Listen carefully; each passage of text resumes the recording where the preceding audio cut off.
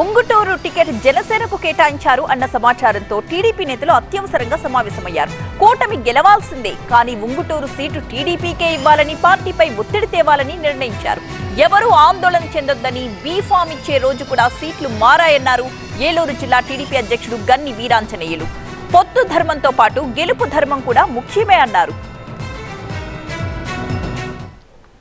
మన ఉంగుటూరు నియోజకవర్గం కూడా జనసేన పార్టీకి కేటాయిస్తుందని చెప్పి ప్రకటన వచ్చింది.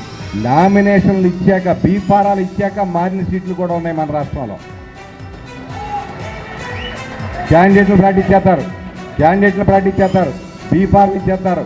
లాస్ట్లో బీఫారం ఇచ్చే రోజున కూడా క్యాండిడేట్లు మారిన సందర్భాలు మన రాష్ట్రంలో ఉన్నాయి.